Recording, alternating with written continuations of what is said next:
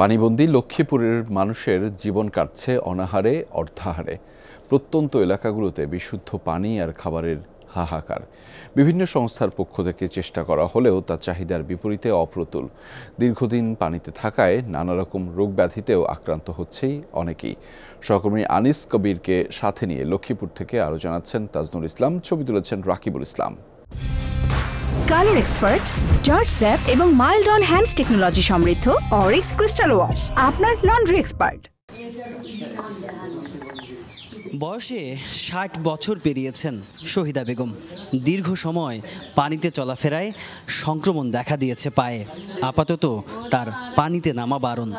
পানিতে মানে এই সব কিছু লাগানো বছর বছর করে ঠোঁট মারতে আছে, সব বদ্দি যেতে আছে। ফেনী নোয়াখালী থেকে নেমে আসা পানিতে ডুবে আছে বিস্তীর্ণ লক্ষ্মীপুর। পানি নামছে ধীর গতিতে, জমে থাকছে বিভিন্ন স্থানে। 99% ঘরে পানি উঠছে।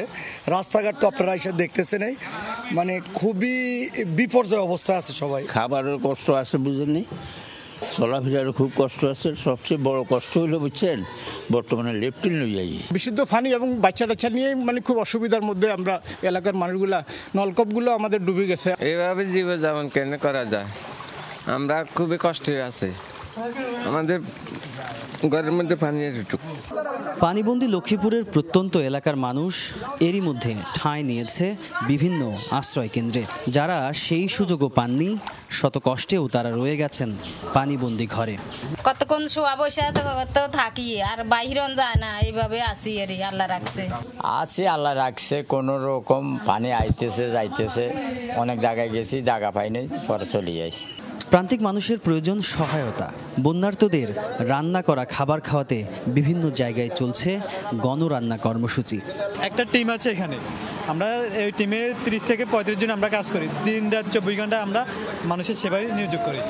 আমরা প্রত্যেকটা দুস্থ পরিবারের মাঝে শুকনো খাবার, ত্রাণ সামগ্রী পৌঁছে দেওয়ার চেষ্টা করছি। আমাদের প্রায় শতাধিক স্বেচ্ছাসেবক কাজ করতেছে। ত্রাণ হিসেবে শুকনো খাবার দেওয়ার পাশাপাশি স্থানীয়ভাবে রান্না করা খাবার দেওয়ার পরামর্শ স্বেচ্ছাসেবকদের।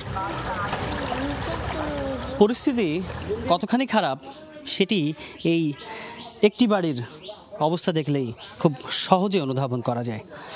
পুরো লক্ষ্মীপুরের প্রত্যন্ত এলাকায় যাদের বসবাস, তাদের এখন এই পরিণতি। বন্যার জলে ঘর অবধি পৌঁছে গেছে পানি, তবে তারা দমে যাওয়ার মানুষ নন। পরিস্থিতি ভালোর দিকে গেলে নিশ্চয়ই তারা আবারও ঘুরে দাঁড়াবে। তাজনুল ইসলাম, যমুনা নিউজ, লক্ষ্মীপুর।